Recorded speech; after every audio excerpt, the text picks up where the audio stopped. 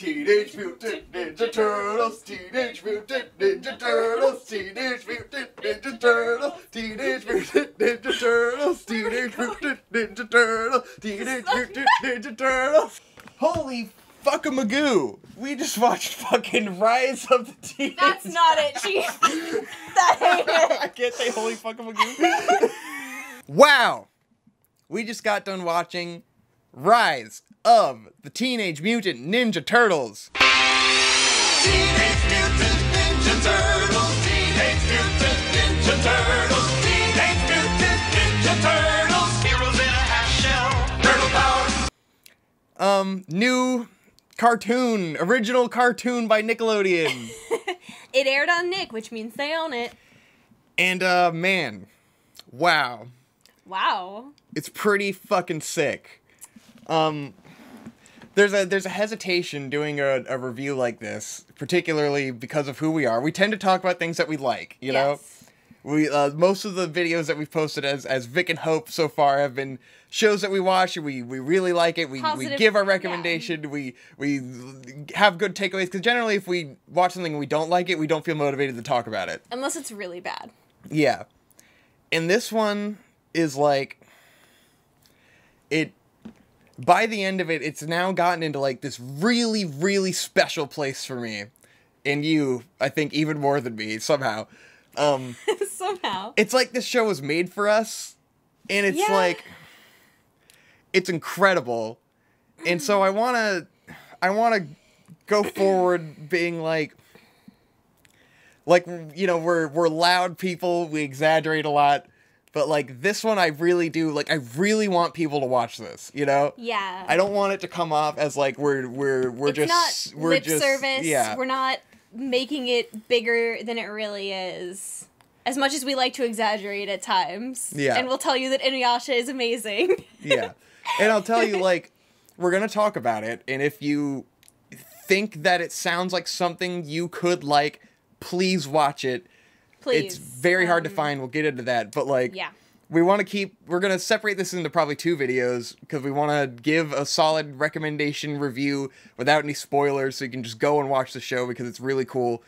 And then we'll do a separate video of gushing about spoilers and season 2 shit, because so far it's 2 seasons, and it kind of ends definitively. Yes. I'll say that.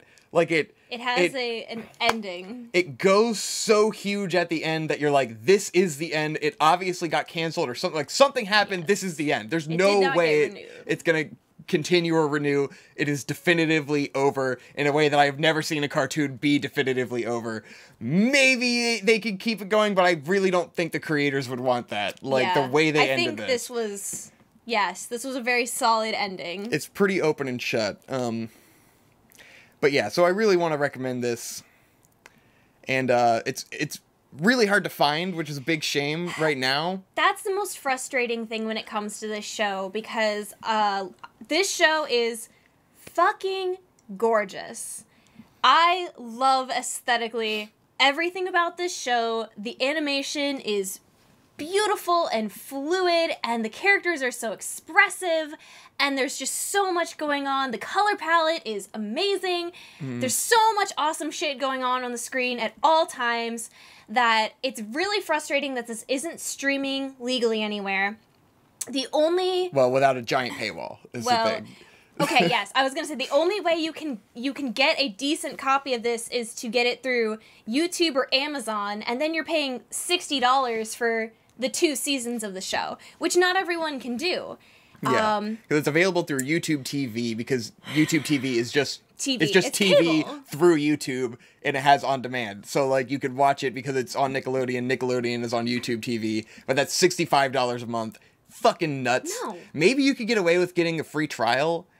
I don't know if that would offer the whole show or anything, but, like, I saw that was an option. I was like, maybe we need to start fucking free trial bombing to see Ninja Turtles and then quit that shit. But I don't know if it's going to want your credit card information and stuff, you know. It would, for sure. For the free trial. But, yeah, it's also on Amazon, which is where we ended up watching it. Yes, so, at first we didn't torrent the show.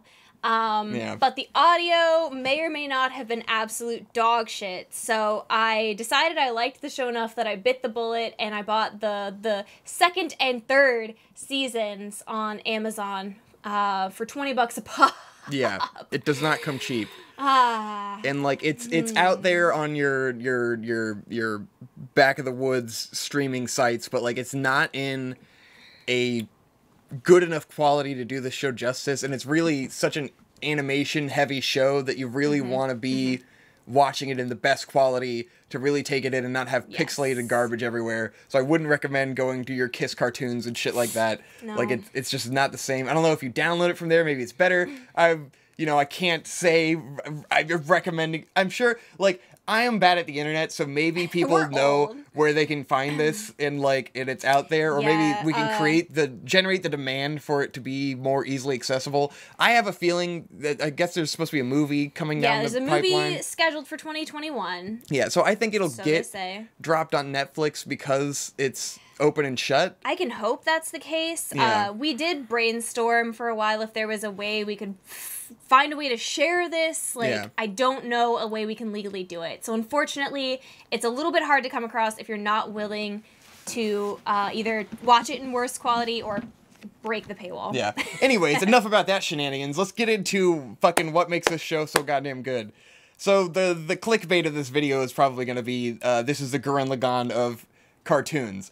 And it's like, that is, like, by the end, kind of fucking literal. I don't want to get into spoilers, but, like, the one-to-one animation homage it pays to Gurren Lagann is, like, throughout, from episode 1 to the very end, Gurren Lagann references throughout the animation.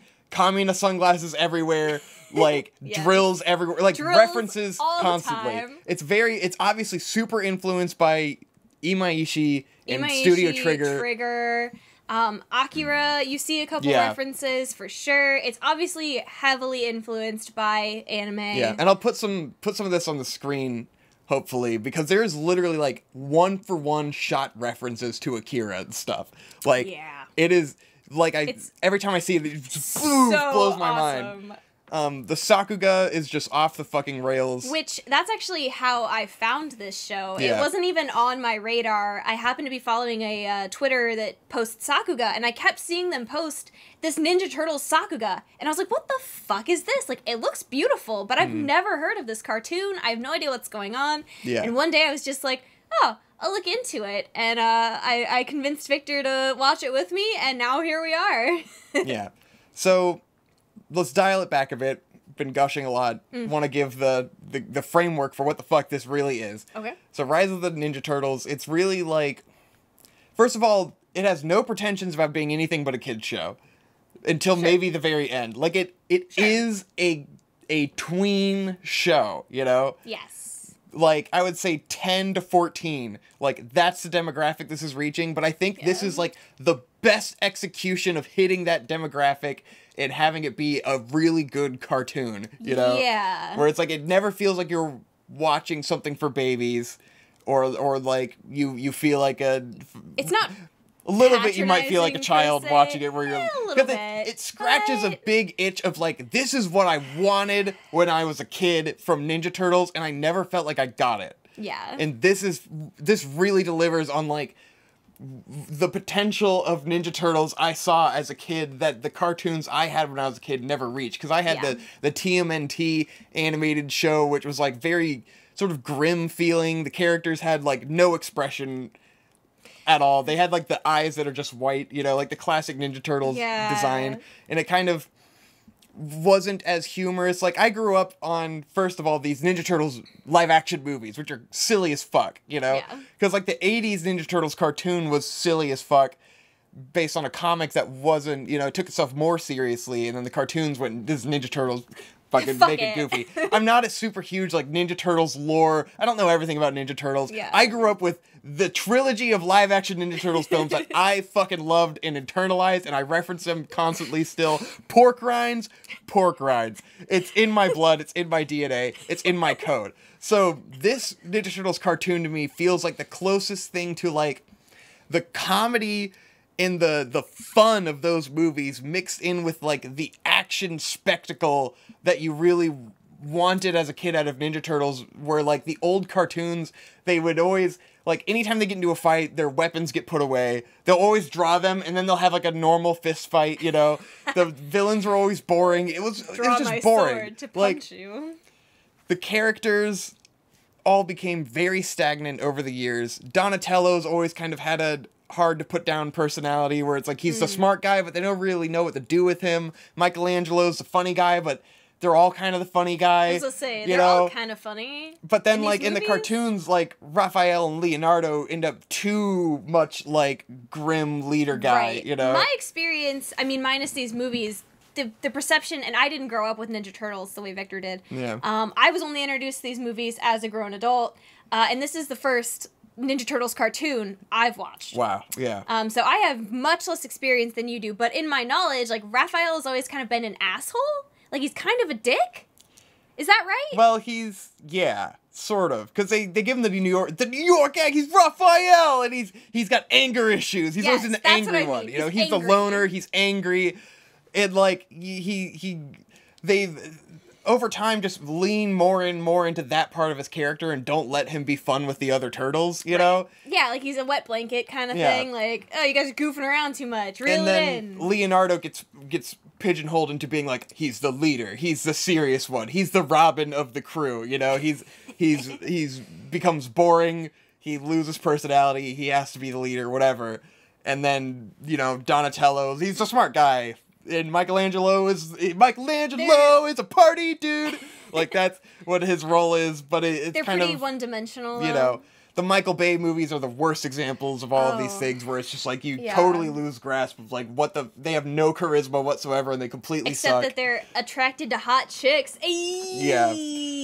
And it's very obnoxious. And this show really gives like a new interpretation of all of these characters that I really appreciated. And like, it's rare that a show will reinterpret classic characters in this way and have me feel like I like these characters more than I've ever liked them before, you know? This is like Ninja Turtles, but moe, if that makes sense. Yeah. That's sort of how I feel about it. It's got a lot of the anime moe. Feels a little weird to say, but it's how I feel. It's definitely like, it feels like some classic Tumblr shippable, like, adorable, like... If Tumblr was still in its heyday, this show would have had a huge fandom there. Yeah. And it's that aspect of, like, the turtles are all incredibly lovable, incredibly charismatic, all have their own great flaws, and, like, they play off of each other really well. They have the family dynamic, like, never before have they felt more like brothers. Like, they're always funny while also having their own distinct personalities. Like, Raphael is like, he now is the lead. He's the oldest, he's the leader, and he's like a tough guy, but he's very much like Cyborg from Teen Titans, kind of. Yeah. Like responsible, but still can be kind of dumb and goofy. Yeah, he's a goofy guy. He likes to smash. He's a big pro wrestling fan, and I think that's like the lane his character goes. It's like he is the goofy, dorky pro wrestling fan. He really wants to like live up to these expectations that he has as an older brother, and be the leader, but he's ultimately not very smart. Then you have fucking Leonardo, who is just like one of the most different interpretations of his character. Yeah. Because Leonardo is like the ladies' man almost. Like that sort of archetype of like, he's almost like a Johnny Bravo, but without hitting on women all the time. Because he's voiced by John Ralphio from Parks and Recreation. Gosh, now you made me forget his name. Yeah, and like he's like a character that guy would play, you know? This is literally the same character he played in Randy Cunningham, 9th Grade Ninja. It's the same. He's Sonic. It's Sonic. Yeah, he's Sonic. He literally is Sonic. Ben Shorts, that's his name. He pretty much acts like Sonic. He has a character. But it's like, but him it works. and the next turtle, Donatello, you know, like, the show has a great way of, like, having him be both, like, a douchebag, and it, like, takes the piss out of him constantly. Yeah. Like, it really, like, it feels like the writers don't like what Leonardo used to be and wanted to make him a lot more interesting, and he's a much more interesting character this way. God, yeah. And, like, he is a total douche most of the time, but then, like, he also is a badass athlete, and he is cool and he is charismatic and he does do cool things throughout the show and like he does have a way with words and people, so like he is a cool guy, the face you know? man. Yeah, and he does such a perfect job of doing that and having this balance of like they could have you think at first that they're gonna make him like this obnoxious character that you're not gonna like, and then he turns into this character where you're like, I get it. Yeah. He's like, he just works. Same with Donatello, probably the best character in this show. Is he your favorite? Absolutely my fucking favorite, and I also feel extremely called out because I relate to this character very much. This is if all of my bad personality traits were turned up to 11. Oh my god. Donatello is fucking hilarious in this show. And he's so like good. His genius factor is turned up to 11 in like a very Dexter's Lab kind of way. Yeah. Where like he's got like all of this advanced tech that he's like slowly trickling out, and you feel like he really is this mastermind, and he like kind of controls what everyone's doing from behind he's very overbearing on everyone, and he doesn't let them know that he's doing it a lot of the time. Very manipulative. And it'll come out. He's very manipulative. He wants to control everything. That's still charming. Yes. Because he's hilarious. And it also takes the piss out of him constantly. Like, he is getting fucked over all the time in funny ways, and he always deserves it because he is a douche. Yeah. Like, he's totally egotistical. He's totally up his own ass because he's the smart one, you know? And they just play it so well. It's so straight. The writing in this show is, like, unbelievably strong. It's the super writing... funny. The writing complemented by the stellar voice acting of everyone. Oh, like, the voice acting is so good. Everyone who they sounds found great. Just fucking perfect for these roles. And it's so like the Ninja Turtles working relies on the script and the cast because the premise is ridiculous. Yeah. And like, I wanted to say this is similar to something else we talked about. I can't remember what it was. Where it's like Scooby-Doo. This is a shit IP.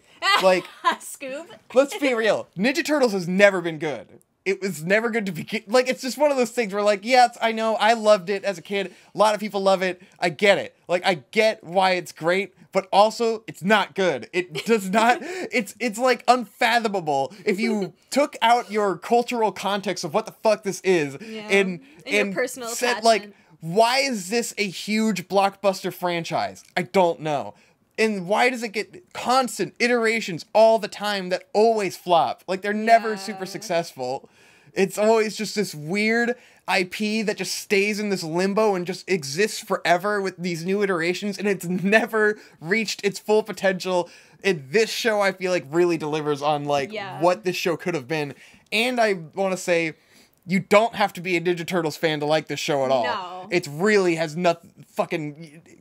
I think it's starting from the bottom and explaining everything to you, and it has nothing to do with the lore or anything of anything else. I think you just have to be a person who's willing to not take themselves seriously and watch a cartoon.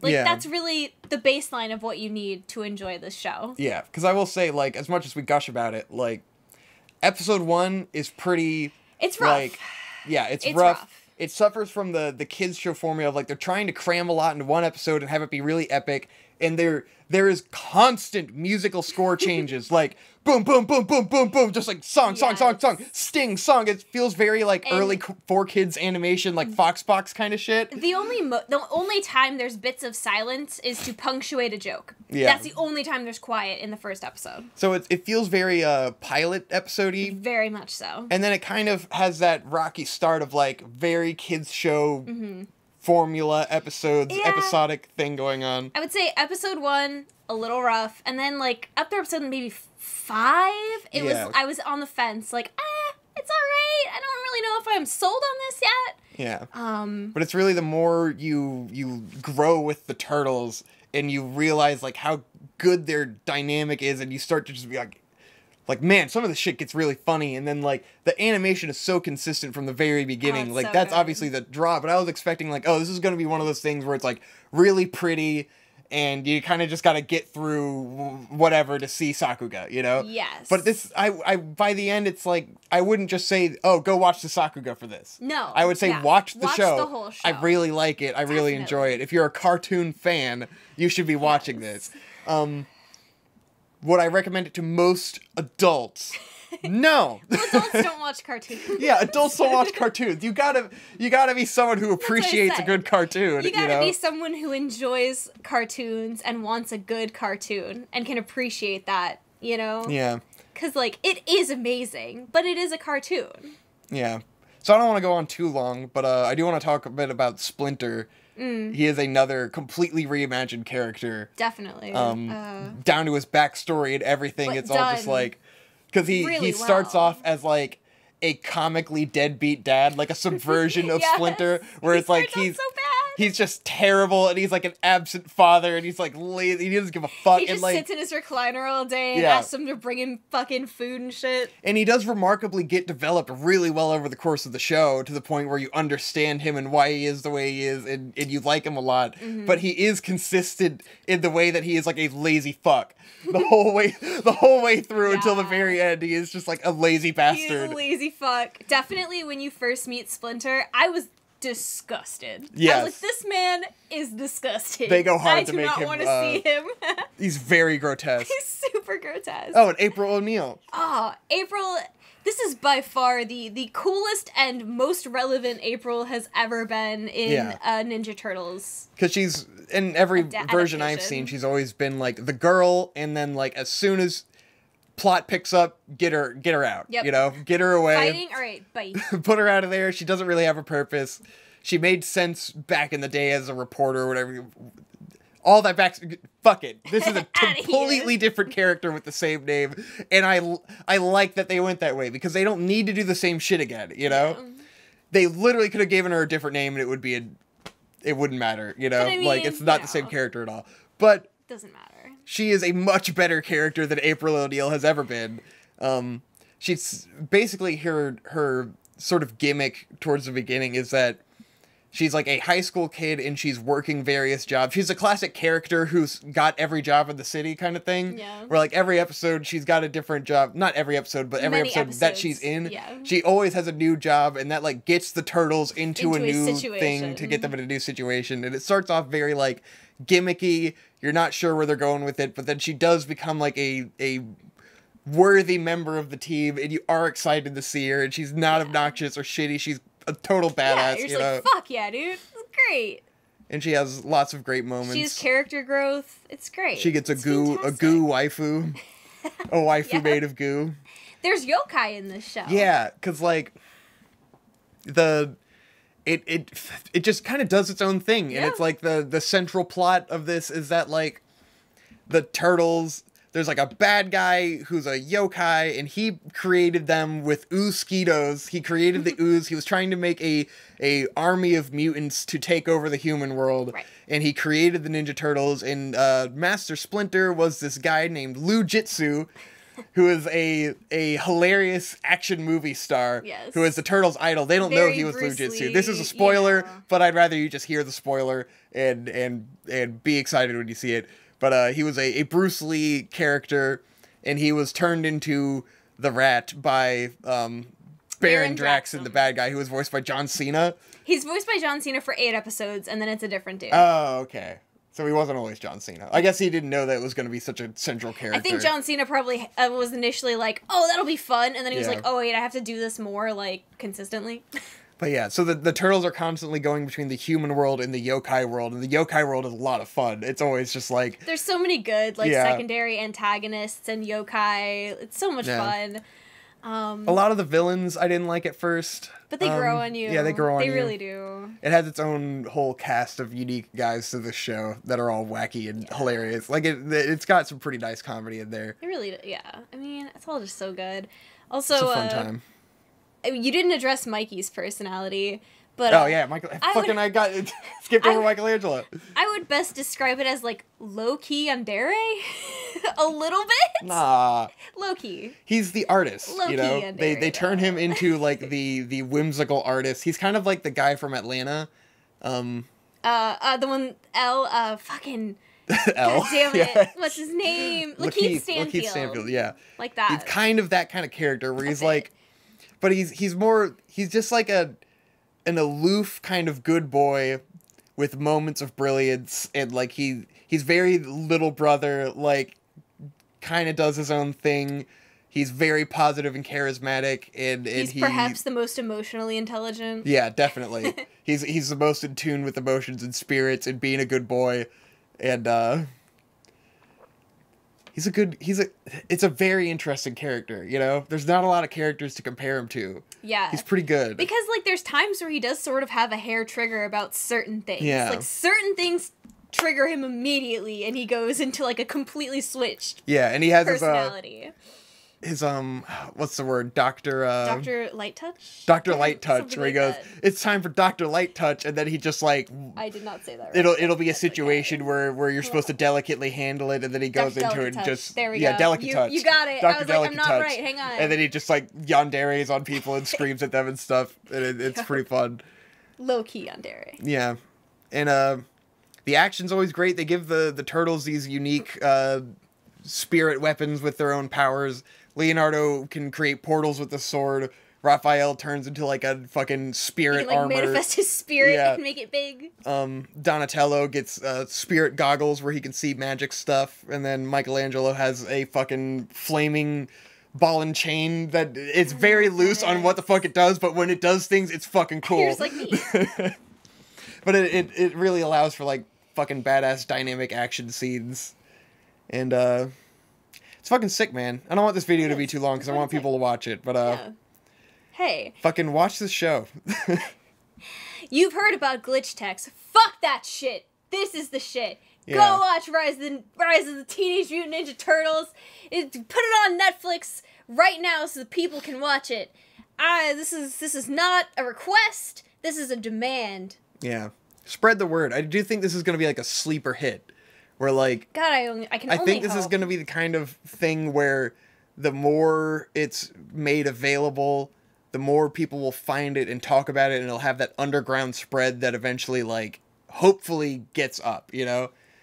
Partially because it has such a good ending that I can't imagine people won't share it. Like, something like Motor City, one of Hope's favorite cartoons, was, like, a one-season thing that got canned, and, like, it never got that groundswell it needed because it wasn't that great. That's the problem, is that it wasn't amazing. But it had that potential buried in there. Yeah. And I really wanted to see that potential realized, and it never came to fruition. But this one is such a tight package in the end, and it really is just a joy to watch. So I do hope it can get that sort of underground spread that it needs. Someone big like Saber Spark needs to talk about it. Where are my animation boys at? Y'all sleeping? But, like, it really is the most Gurren Lagann I've ever felt watching a cartoon, and that fist pumping, like, standing on the couch, like, screaming, like, what? Holy fuck, yes, Finishing that second season was like watching the second Gurren Lagann movie at Otakon, where I was just like, ah! And it's just so unexpected coming out of a cartoon, and then it's like, it went exactly where you want it to go. Where you're like, man, I really hope they just, like, fucking go big and really unleash, and then they do for, like, 3 episodes straight. And you're like, fuck yeah! Fuck yeah! Fuck yeah! I can't believe I got this out of this fucking Nickelodeon cartoon. It's nuts.